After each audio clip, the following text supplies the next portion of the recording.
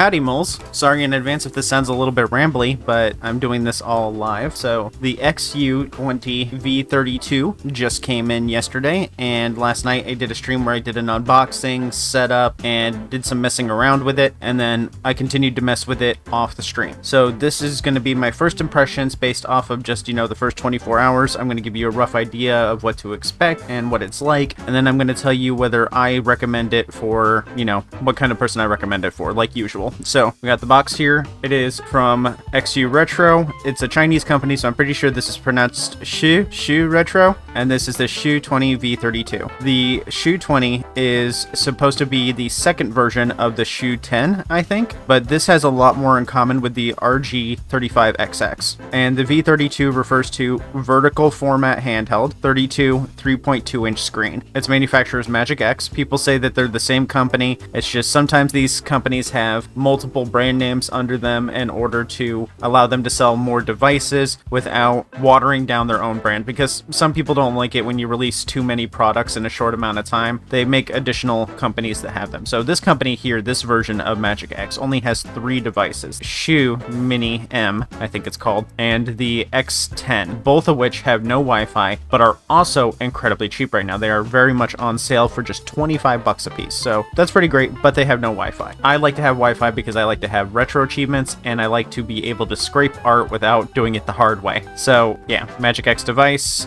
with a new brand. We got the specs here. It uses the all-winner set, very familiar chipset. Most of us are familiar with the all-winner set. If you use a non-Ambernic device, it likely runs on the all-winner. RAM is DDR4, 2 GB, 1800 megahertz. That's plenty good for what it's going to be playing. It doesn't need a lot of RAM for what it's going to be playing. It has 2.4 gigahertz Wi-Fi, which is okay. The cool thing is that it has a touchscreen, and it is oleophobic. I know, in 2025, they're going to get canceled, but they're oleophobic, which means that it does not fingerprint. No fingerprinting. No fingerprinting. Yeah, no fingerprinting. And it's a touchscreen, which is great. Yep, 64-bit Android system, and it runs on Aurora, which is a fork of Dawn, a Android launcher thing for this kind of thing. I got the Orpal one, and I chose the no-card version. So what I love about this company, about Shu Retro, is that it has an option to ship it without an SD card, which is awesome, because I have no problem setting these things up myself, and I really don't like the crappy cards that come with these. The crappy cards are usually like a blank brandless card that ends up crapping out after a flash or two, or just dies eventually over time after like 3 months. So I like to provide my own cards, so I like that I can get it cheaper, which takes a bit of the sting out of the shipping from China part. So let's go to the handheld. So immediately, like I said, it is super familiar looking. It looks a lot like the RG35XX, which I have right here with me. These are 2 very similar looking devices, and I will do a more in-depth comparison soon, but I just wanted to show you off the bat that this is pretty much, I think this is what they were doing. I think they were like, let's make a 35XX original, but better in every way. And they almost do it. Can't beat the simplicity of Linux though. Let's talk about the shape itself. Here at the top, we've got like a sort of like beveled edge here. Like it's kind of like the spoiler on a car, because it's got like a fin at the top, and there's really no reason to have that. I guess it looks neat. The bottom side replicates it sort of, but wider, and it kind of recedes the USB-C port, which maybe it might be for protective reasons. I think it's just for aesthetics, but it is capable of standing fully erect. The RG35XX can do that too, but it leans forward when it does it. That means that the weight is more centered in the back. Not an important test. I don't think anyone really cares about that, but the weight is centered at the bottom, and it's evenly distributed across, so it doesn't tilt forward when it stands up. Not super important, but it's cool to see a freestanding handheld. So the screen is 3.2 inches across, and it has a very thick bezel. This bezel is not much thicker than the Switch 2's bezel. It's just, it seems thicker because it's such a small handheld. We have a D-pad here. It is a single unit D-pad. It's clicky but quiet. Yeah, it's got a very stiff rubber membrane, so I think that'll feel good once it's been loosened up a bit. If not, rubber membranes are super easy to replace. Select and start here in a sort of like pill shape but cut in half, like a cut in half pill shape. Those are also quiet. A, B, X, Y, also rubber membrane. I saw another YouTuber who said that they thought this was dome switches because of how clicky it was, and I can see why they thought that. The rubber membrane is very stiff on these, so it has a very clicky response despite being rubber membrane. It's kind of like mechanical in a sense. Like, you know, like on dome switch input, you press it, you click it, it's loud, and it confirms it to you. This has that solidness to it, so that like when you press it, you know you pressed it. There's no pressing it and going, oh, did I press it fully or not? No, you know when you press this. It is very responsive because of that stiffness. Mono front firing speaker. Love that it is front firing. The RG35XX has a front firing mono speaker as well, but because it's trying to look like a Game Boy, it puts it in the DMG location, which is a terrible location for a speaker.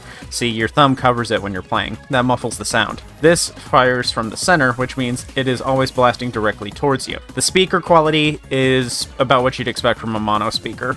There's this little button here in the center. You can't really see it too well. There, now you can see it. That is a dedicated button to swap between analog and D-pad input mode. So if you're playing something like PSP, Dreamcast, N64, you can press this button and it'll light up and it'll change the D-pad into analog input mode. So it doesn't have an analog stick, but it has an alternative. And if you're someone who can deal with playing analog sticks on D-pad, it's perfectly fine. Many PSP games work perfectly fine with using D-pad input. Personally, I don't really care for it. I don't like not having an analog stick. So this is actually sitting flush with the system. It's slightly raised, like very slightly raised. Then we have the USB-C port at the bottom for charging and a USB-C port at the top for data transfer. Headphone jack is at the top. Some people prefer that where they have the cord draping down and behind it. Personally, I would prefer it directly smack dab in the center and coming down like a Game Boy Color. And then we have volume buttons on the left side here where you'd expect them to be. Internal card slot, external card slot, your shoulder buttons.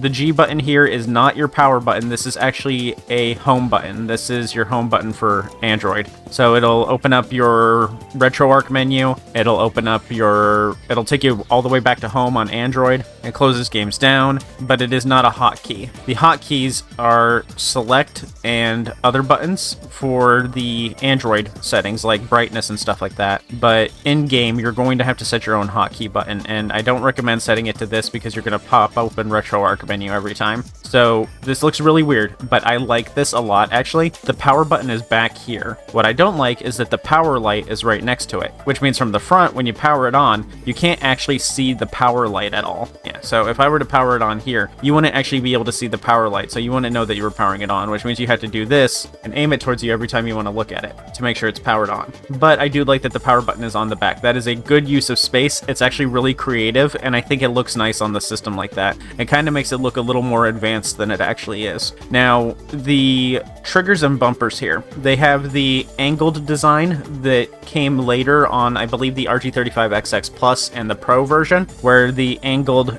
triggers were up here. The original version of the RG35XX does not have those. People got this and they didn't like that these were harder to press. So people on Etsy made, I think they were called better bumpers or better triggers, and they were basically like this, but they were angled much more severely. This is more of a slight incline, but it still feels good. It still feels very easy to press. Like, it's just easy to tap with the fingertips. The sound of it is also really nice too. It has like a soft, hollow click to it. Like, still feels very rubbery. This is probably the loudest part of the controllers, actually, these triggers. The rest of the system is pretty quiet. You can play this in bed without disturbing anyone, but this part is the loud part. So maybe if you're playing in bed, don't play PS1. That's really the only system that's going to use these two. Then we've got vent holes here for the CPU. It does get warm, but it does not get hot. This definitely alleviates some of it, and you never touch that. Your fingers never get near that unless you're actively trying to feel for it. The back here has got lined texture, which is better for the grip, but I wish it was kind of smooth or something so that I could put some stickers here because there's not a lot of space for stickers up at the top. Then the shelf here is like an improved version of the 35XX's shelf because they made the butt of it like wider and then like more flat, and then there's a slight shelf here, a very slight shelf. Let's see if I can get that. You can kind of see it. there's a slight shelf along the edge of it. And that makes it so that these rest flat, so the triggers rest flat. The RG35XX actually has this part curved so that you can rest your middle fingers behind it. But this curve here creates a sharpness in the pocket, making it less pocket friendly. So if you put it in like this, and it's like this part is facing your thigh, that feels fine. Then you've got sharp edges poking out at the edge of your pocket. If you turn it around, you got this jabbing into your thigh. So this shelf is much lower profile, and then the flatness of it prevents any sort of like any odd poking. Overall though, it is thicker than the RG35XX. So while it is shorter, about the same width, same height, no, it's shorter, but it's a little bit wider. I'd say it's like the Trim UI brick, but a little wider. Now, the shell colors. I really like the shell here because they put a lot more of the dye into the actual shell, so it is a much darker but still transparent shell, and I think that makes for a much cooler shell. This one is purple, but I'm colorblind, and this one is also purple, but this one, it's, I think it's purple. I don't know for sure. See, that's how colorblind I am. I don't like how transparent this one is. I think it's too transparent. If you're someone who really wants to see the internals, this is a good shell, but I want transparency for the aesthetic of it. So I like it when it's a little bit darker so that it has a more noticeable color. Now, the colors here are really cool colors because of this thickness on it. The way it refracts light alters the color effect depending on the lighting. So like in person, this is going to look like a grape color, but as you can see on the camera, it's more of a pinkish color, like a maroon or maybe a magenta. Yeah, I think it's more of a magenta when it's under the camera light, but off the camera light, this is more like a grape color, and I think that's really cool. The color changes based off of the lighting. So let's actually turn it on. Now, you'll see here, the power light is back here. Let's do a full boot so that you can see how long it takes to turn it on and off. I had it on sleep mode. The sleep mode, by the way, I got this for the sleep function because Android sleep function is amazing. This went down only 2% over 8 hours while I was asleep last night, which means that it should last a little over 2 weeks on sleep, which is great. The only other thing I have in my house that lasts that long or longer is my cell phones and my e-reader. My e-reader lasts actual months on a single charge. E-ink displays are crazy. So let's go ahead and turn this off. We're gonna do full turn off. Okay, it's full off. There it goes. I really like the XU retro logo. I kind of wish that they put it on the handheld somewhere, because it's actually pretty good looking. Like somewhere like maybe just like right here maybe, or somewhere on the back. I think they did a really good job with their logo design. I think it's a very nice, very good looking logo. So it's kind of a shame that they don't actually put it on their handheld. It's not like the Retroid Pocket logo where it's like essentially plain text. This is nice. Someone put effort into that. Whoever your logo maker was, make sure they get a pay raise. It says it's a tablet when it starts up, and then it boots into the Aurora launcher. It says there, copyright a Magic X. Oh, look at that. My theme changed. The themes require restart to change. Well, that's good to know. So normally it starts on like a dark mode kind of thing. I changed the theme. So setting this up was kind of a pain. So I chose the version that doesn't have a card because this had some issues when it came out. The main issue is that it came with indie games already preloaded on the card, which I don't like. It's a Chinese handheld. The laws are looser over there, but I don't like it.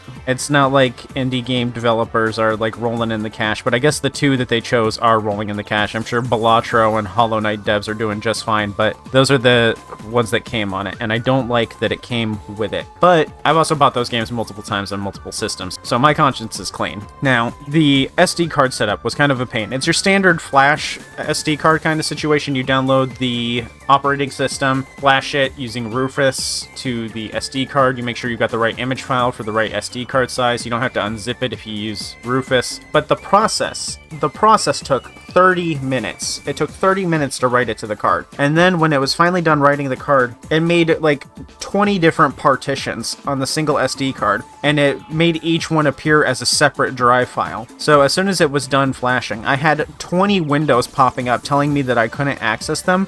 I have never seen my drive letters go all the way to O. So that was was crazy. I thought it was going to run out of letters. But yeah, don't plug the SD card into your PC after you've flashed it, because otherwise you're going to get all those windows to pop up. But thankfully, it has an OTG port at the top, which means you can transfer data via the cable, so you never need to put the SD card into your system after it's been flashed and then set up. But after the 30-minute flash, I popped it into the handheld, and it set itself up immediately. It took just a couple of minutes. The second SD card was a little bit harder to get set up. I put in my own stuff. I popped it in, and Android wrote backup stuff to it automatically. It wrote things like the pictures folder, the DCIM folder, the downloads folder. It did all of that. But what it didn't write to it was the ROMs folder. So you actually have to go over to the settings, and then you have to go down to select game library directory, and then you have to click add, and then you pick a location where you want it to create the ROMs folder, not the location where you want it to read ROMs from. So you gotta click the SD card, and you go to the root of the SD card, and you click allow access to SD card, and it will write a ROMs folder there. Once it does that, you can then transfer via the OTG cable, or you can pop the SD card out and do it that way. Now, it has some internal memory on the SD card because there's space left over. It only takes up 2 gigs of space, and this card is full of games that I'll actually play.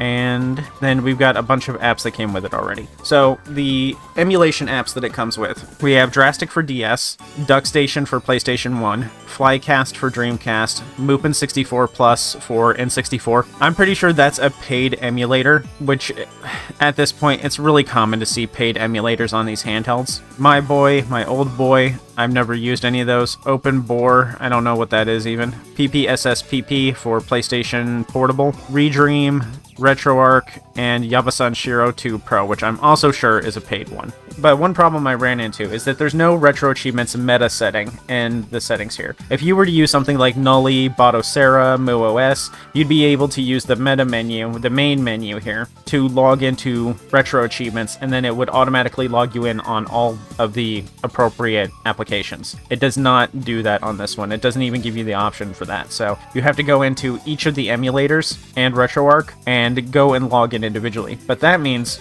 the Drastic won't let me log into Retro Achievements because this version of Drastic doesn't have Retro Achievements. I don't know if Drastic normally does. I don't play that much DS, and when I do, I play it on Melon DS. Melon DS does not run well on this unless you put it into high power mode. Drastic runs fine on balanced power mode. DuckStation, I couldn't actually log into it because of a little bug here. I'll show you. Logging into Retro Achievements on DuckStation just will not work on this. So we go to, I believe it's app settings. We go to achievements, and then we go down here and we click login. And as you can see, we can't scroll down to click the enter button. We can put in our information, but we can't get down to a confirmation thing. And there is a rotate screen option, but this doesn't have an accelerometer in it, so you can't actually rotate the screen. So I can't get down to wherever the confirm button would be. So I type in my information, and then I can't confirm it, so then I have to tap out of it, and it doesn't save it when you do that. So DuckStation is a no-go for me. Because I insist to use Retro Achievements, I can't actually use DuckStation on this, which is unfortunate because I prefer DuckStation. As you can see, it's very light and snappy. Everything launches quickly, moves quickly. You can get back to the main menus quickly. Logging into everything didn't take long. You got RetroArch for the majority of your system, so it's one login for almost everything. Flycast, PPSSPP required separate login, so did Yabasan Shiro. Actually, I didn't do anything with Yabasan Shiro yet. I used Flycast. And Mupen 64 Plus does not have a Retro Achievements login for this version, so you can't use Retro Achievements with N64 on this one unless you use maybe a RetroArch core, but it's not going to run as well as Mupen does. So, I don't know why my hands are shaky. It did not come with any games preloaded, but you can put game applications on here by downloading the APK from the internet or downloading an APK from your, like using your computer and then transferring it here and then unpacking it on the device. So you can run Android games on this, but it is not Play Store approved, so you actually can't use the Play Store to download them. So you'll have to manually update and stuff like that. But that means that you can, run your Android games on here if you wanted to. It will not run GameHub in advance. It is only 2 gigabytes of RAM. That is not enough RAM to play anything on GameHub. The settings here is very light. There's not a whole lot here. So there was an issue that came with the system initially with the review copies, which I'm very happy that review copies exist for this specific reason because it gives them an opportunity to fix issues. It used to be, when this came out, that if you press the face buttons too hard, it would cause false positives on the triggers. So they fixed that by, let's turn that down. It launches a game for the tester for some reason. So it used to be that you'd push down really hard on these and it would cause false positives in the triggers. It does not do that anymore, so they fixed it. I think what it was is that the board here would get pushed and bent by the pressing of the buttons, which caused them to push back against the where it clicks. They put something in it to fix that, the little bits of plastic.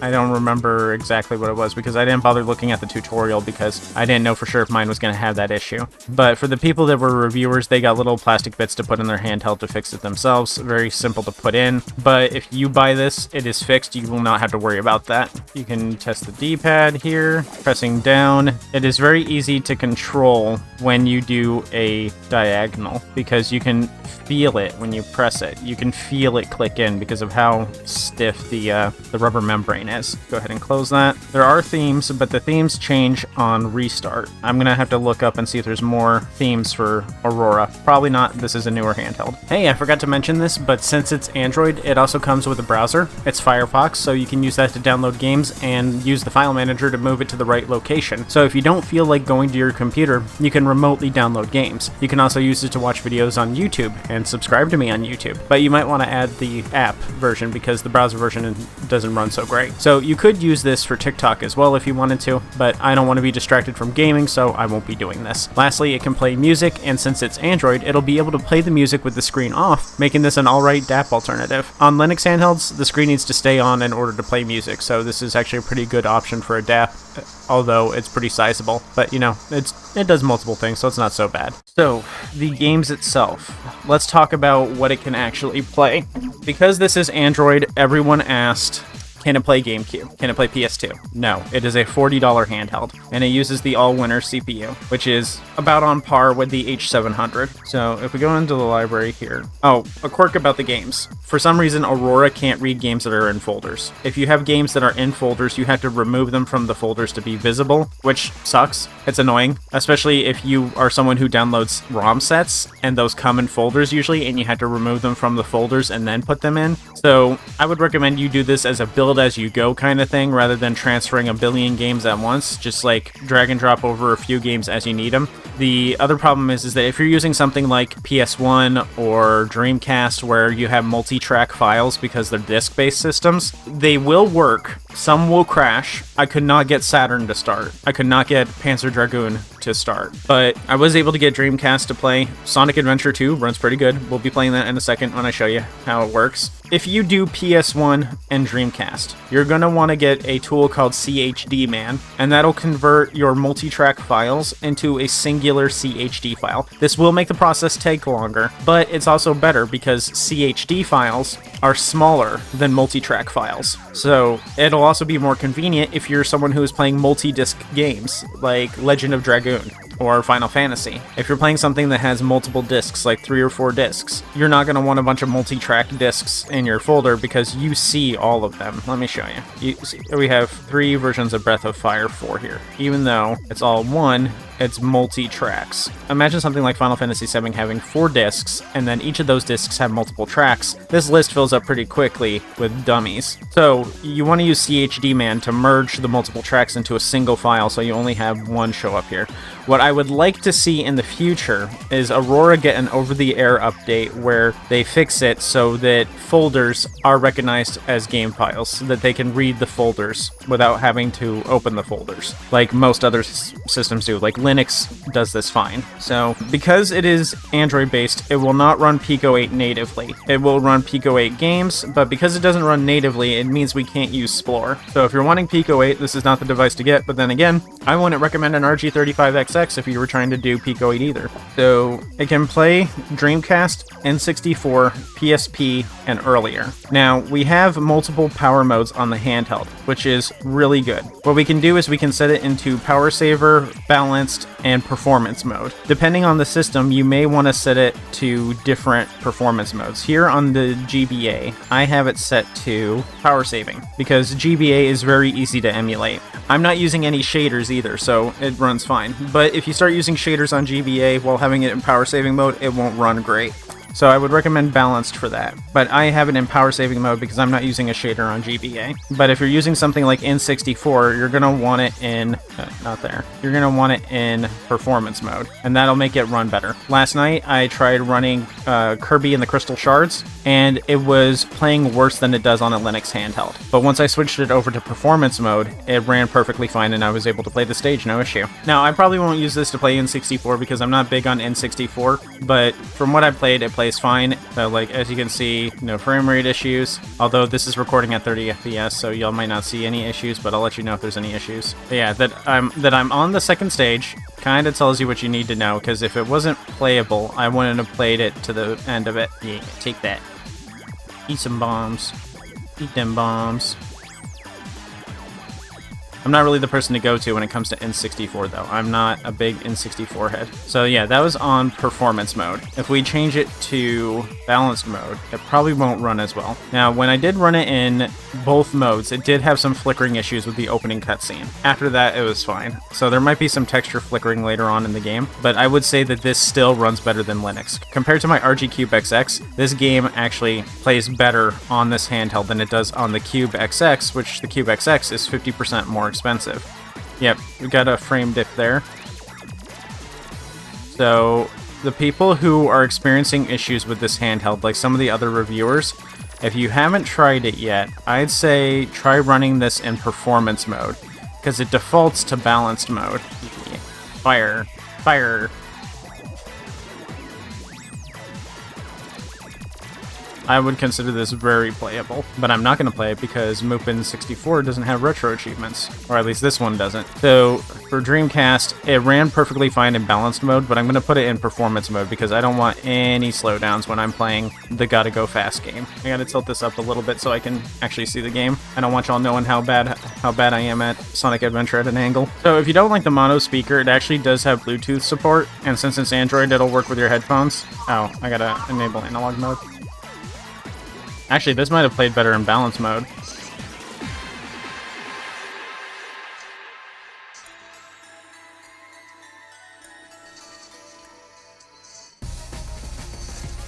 Yeah, like, this works. This is playable. It's missing some frames, but it's not slowdowns. There's some texture popping, but it's not too bad. There's some tweaking that could probably be done to make this run a little bit better. This is out of the box. I might actually play this on here. It'll only be the millionth time that I played Sonic Adventure 2. I've never played it on the Dreamcast, though. I don't care what lies ahead. No time for guessing, follow my head instead. I can imagine once you get to, like, the space stages, the slowdowns will be pretty bad. But yeah, it looks like this one actually played better on balanced mode when I played it last night. I'm actually kind of getting used to playing with a D-pad. Oh, and then I crash into a wall. Yeah, playability is going to depend on the person, though. Some of y'all are going to be a little pickier about your experience. I played this on GameCube, and, you know, it ran perfectly fine on GameCube.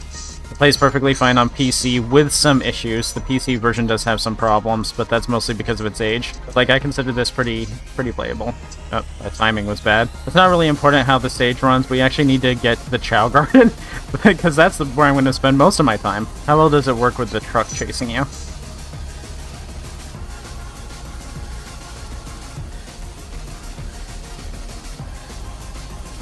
It's actually kind of hard to play this with the D-pad because the D-pad is going to be 8-axis input. You're not going to get the full possible directions, which means Sonic isn't going to be able to... Like, your 8-axis means that you're going to move at 45-degree angles when pressing diagonals, which does not work great for Sonic. I think you're going to have a hard time getting all 180 rings. Not rings, what is it? Emblems. Like, it works. It runs fine. The texture flickering's kind of annoying. I could play that all day if I had to. Alright, we gotta exit. How do I exit? Hold. Okay. Then we've got, let's see. N64 and Dreamcast are pretty good. If it can run Sonic like that, it can probably run a lot of stuff just fine. Nintendo DS is the other big one. This one runs perfectly fine and balanced if you're playing with Drastic. It says use global default. So that's performance mode. I gotta go turn that off because I put that in performance mode earlier. Yeah, it's in balanced by default, but I put it into power saving for specific games. So let's go back to Nintendo DS, and we're gonna test with Cooking Mama, because if you're experiencing slowdowns, Cooking Mama will get those slowdowns out. It's not a very, you know, graphically intensive game, but Cooking Mama does have a lot going on, and I played this on bad phones before, and this does lag pretty bad on bad phones. Now, you're not going to be able to play Cooking Mama perfectly because you need the top screen for some stuff, but it's perfectly fine for testing right now. So let's first put it into single screen mode. Turn off analog input, put it into single screen mode by tapping the power button to open up the menu, and then you click this bottom left one, and that puts it into single screen mode. Then you press the L2 to switch between the screens. This will work perfectly fine for RPGs or non-touch based games.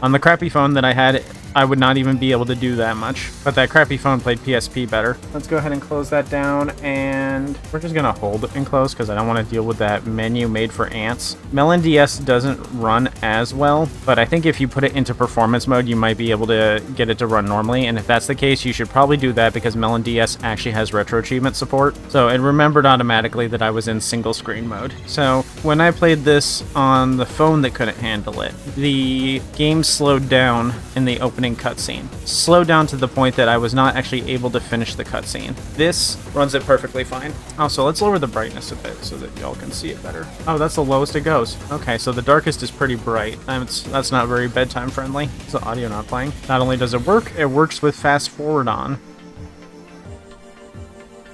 Could not get it to fast forward at all on that phone that couldn't run it.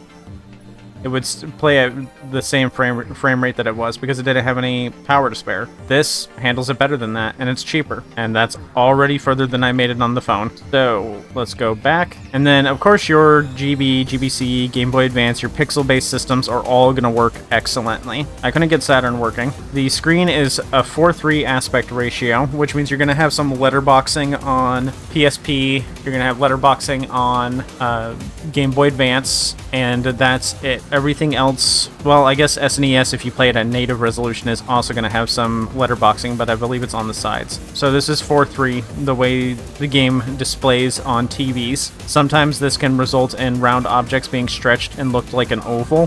So some games run it fine, and it looks normal. Other games, if they didn't account for that, are going to have stretching. Like Yoshi's Island has stretching on circles. Oops, I didn't mean to press a button. So let's go into the video settings real quick and change it to its original aspect ratio. I'm in the wrong menu, as one does. Aspect ratio 1:1. That's a little tall. So you've got letterboxing on the sides. So if you play SNES, you might want to play in the 4:3 ratio here. Also, I noticed that it's not expanded fully. That's odd. I mean, the 8.7 works, but I think it looks better in 4:3 for this specific game. SNES is also old, so you could also run that in power saver mode. I think any of your pixel systems are going to run perfectly fine in power saver mode, and then your 3D games you're going to want in performance mode, except PS1. PS1 runs fine and balanced, because everything runs PS1 just fine. PSP, Ratchet & Clank Size Matters, plays at 30 FPS natively. That's its original frame rate. But when played on here, it floats more around 24 to 30, which isn't great, because it's got noticeable slowdown. So it's not good for Size Matters, but no one's playing Size Matters anyways, because because nobody likes size matters. It's the worst Ratchet game. So I don't think anyone's going to complain about that. But I think for all your other 3D games, it's going to run perfectly fine. Ratchet & Clank, no matter what system it's on, always tends to be pretty resource intensive. That a Ratchet & Clank game doesn't run at 60 FPS doesn't surprise me here. That it doesn't run at 30 FPS doesn't surprise me here. But everything else you're going to run on the PSP is perfectly fine. So your JRPGs, your platformers, all that is going to run perfectly fine. But you're going to get some sizable letterboxing. It's not as bad as the letterboxing on something like the RG Cube XX, where the Cube XX has a very tall screen. Let me pull it out. The screen is also a little smaller on this than the Cube XX, but the Cube XX is going to have some really significant letterboxing. It's going to have like half an inch at the top and bottom. This is better looking than that is, in terms of like whether you hate letterboxing or not. So my thoughts right now are that this and this are very, very similar. These are both great deals. The RG35XX is my beginner recommendation, my beginner budget recommendation. This one might replace that.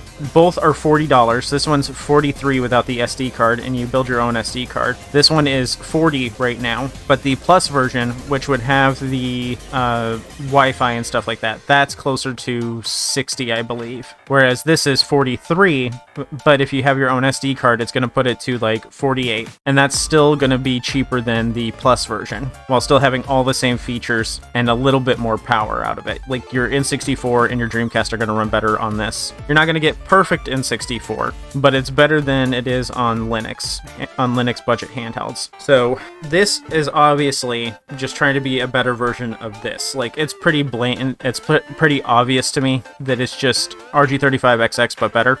There are some things where one is better than the other. The mono speaker is better here. The D-pad is better here. The buttons are about the same. Select and start are about the same. Menu button being in the middle might be easier for some people, but it's just as fine being here. This has a button that that lets you switch between analog and D-pad input with just a button press. That makes this one better on anything other than, anything that requires analog input. The only thing that's going to be different is if you got the RG35XX Pro, it would have the analog sticks on it, which would be better than using an analog switcher. But by having an analog switcher, this system can stay more compact. This was already pocket friendly. This is pocket friendlier. Now, this isn't going to fit in women's pants. It's not going to fit in skinny jeans either, but it will fit in most pockets and is, perfectly good for a bag. The screen dimensions are about the same size with the bezels accounted for. So if you got a screen protector for the RG35XX, it would fit on here too. Tempered glass should be fine on top of it. It shouldn't mess with the digitizer. Now, the triggers are just better on the V32. I like the headphone jack position better here. Well, actually, it's right where your hand is. So if you plugged a headphone jack in here, it could be in the way of your hand. So I think the headphone jack position is better on the V32. The USB port is fine where it is, but this is DC only, no OTG, so you can't transfer data with this, which means you had to pop the SD card out every single time with the 35XX. It has HDMI out. This, I don't even know if this has video out. The triggers are better because it's got the raised triggers built in from the beginning. This one was before they started doing that. These will arrive much faster if you get them on Amazon, but it's going to be more expensive. This is going to take 2 weeks to come from China, so would an Ambernick though. I prefer the slightly raised volume buttons, but this is like nitpicking. I preferred them on this one. The SD cards sit flush with the system on the V32, whereas on the RG35XX, the SD card actually sits out a little bit from the shell. You can see that the SD card sits out further than the shell, which is uncomfortable. It scrapes across your hand and stuff like that. But with this one, the SD card is actually receded into the shell a bit, which makes it sit less than flush, actually. So it's much more comfortable. You will not feel the SD card rubbing up against your hand. The power button being on the back is something I like. Aesthetically, that it just rocks. Having the power button there is so weird, and everyone I've shown it to has said that's weird, but aesthetically, it's a banger. Like, this hits. The power light on the back looks cool, but functionally, stupid. The texture on the back, I prefer the one here, but this one is also fine. The sharper corners here, I don't like. I'm glad that this fixed that. I like the deeper, darker colors on the XU Retro as well. I think, for me personally, this is better in almost every way except for the screen and the fact that it's on Android. I think if you're a beginner, the 35XX is going to be a simpler, better experience for you. But if you're someone who's wanting like full features, you're going to want this. This is for someone who knows what they're doing but wants a budget, and then this one is for someone who doesn't know what they're doing and wants a budget. So yeah, it's kind of like Android sucks to set up. It just does. It's just a fact. Android is terrible to set up for emulation. You have to do every single little thing separately. This does a lot of it for you, but there is a lot of setup. This was faster for me to set up overnight than it was for me to set up the Retroid Pocket 3 Plus. The Retroid Pocket 3 Plus was a bigger pain to set up, but this worked a lot better as soon as I just installed it.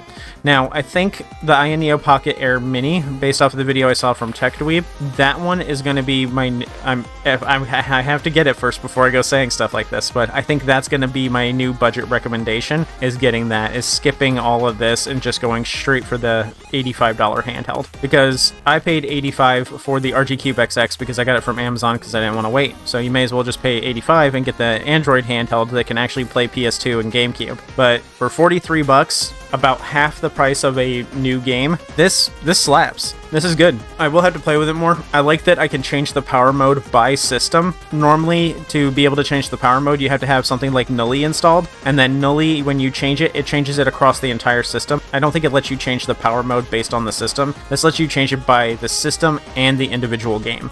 So if you're playing something that is low intensity, you can set it to lower and you'll get more battery life out of it. This has about 4 to 6 hours of battery life. This has about 5 to 7 hours of battery life. The sleep function is better on this one. I can sleep this one for maybe 2-3 days and the battery will be dead. I can sleep this one for a couple of weeks, totally forget about it, come back to it and be like, oh, I had a game running on this still. This is peak Android. This is exactly what you'd want Android for, is that sleep function.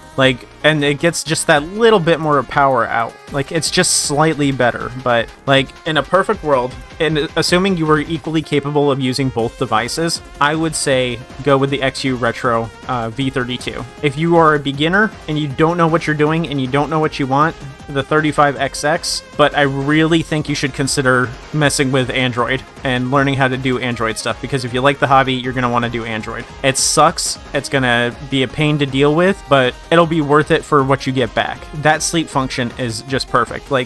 Say you're playing Pokemon, you want to be able to put it down, go eat dinner, and then come back and play the game and not lose a ton of battery. Android's going to do that. So I think my big recommendation is probably going to be this one, but I need more playtime with it. But I don't see anything about this that's going to make me change my mind suddenly and say that the RG35XX is better. The RG35XX is just old, and this shows that it's old. For the same price, it's better in every way. So that just shows how much we've progressed in the past 3 years. So I think this is a very competitive handheld. It just sucks about that 2-week wait, but I don't know. I want to say use the 35XX still because it's Linux based, but this is better, and I think you would find it more rewarding if you just learned how to work with Android anyway, because Android is where the retro handheld space is going. Anbernick has been leaning off the Linux devices and going more towards Android too. Everything is going in the direction of Android, so you should probably just learn Android. But yeah, that's going to do it for this one. This is just a first impressions video. I'll have a proper review out later after I've had some more time to play with this. Yeah, so if you enjoyed this, make sure to leave a like and subscribe so that you know when that review comes out. I'm also going to be saving up for the Neo Pocket Air Mini for when that comes out, and I will definitely do a video on that when I get that. Don't forget to tip your YouTuber. I take likes and subscribes, and I'll see you all later. Bye. I'm gonna go play the crap out of this thing.